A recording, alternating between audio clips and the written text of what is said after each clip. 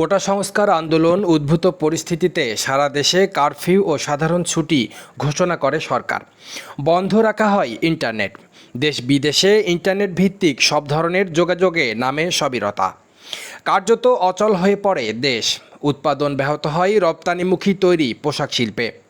শঙ্কায় রয়েছে কার্যাদেশ ও শিপমেন্ট। রপ্তানিকারকরা বলছেন, কারখানা বন্ধ ও পোর্ট জটিলতায় আর্থিক ক্ষতির সম্মুখীন হচ্ছেন তারা। শিপমেন্টেও তাদের বাড়তি খরচ করতে হবে। ইন্টারনেট বন্ধ থাকায় কার্যাদেশ ধরার ক্ষেত্রেও দেখা দেবে জটিলতা।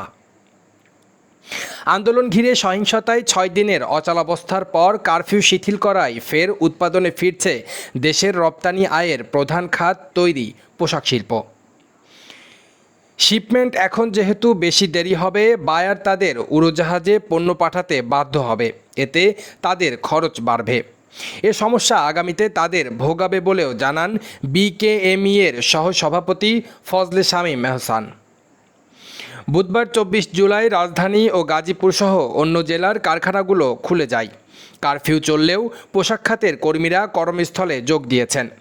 এক্ষেত্রে শ্রমিক, মিড লেভেল ব্যবস্থাপনা কর্মী এবং ব্যবস্থাপনা পর্যায়ের কর্মকর্তাদের ক্ষেত্রে কারখানার পরিচয়পত্রই কারফিউ পাস হিসেবে গণ্য করা হচ্ছে।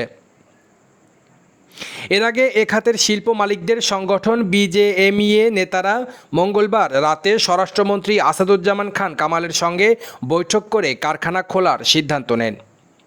খাত সংশ্লিষ্টরা জানান, সংঘাতময় পরিস্থিতিতে কারখানা দুর্ঘটনার শিকার না হলেও বায়ারদের সঙ্গে যোগাযোগ বিচ্ছিন্ন থাকায় অর্ডার হারানোর শঙ্কা দেখা দিয়েছে। পাশাপাশি পণ্য পাঠানোর ক্ষেত্রে পোর্টে জটিলতা আরও বাড়বে। এতে রপ্তানিকারকরা মধ্য ও দীর্ঘমেয়াদী ক্ষতির মুখে পড়তে পারেন। এই অবস্থা থেকে উত্তরণে ব্যবসার সুষ্ঠু পরিবেশ বজায় রাখার দাবি উদ্যোক্তাদের। রেজওয়ান ইসলাম, নিউজ বাংলা।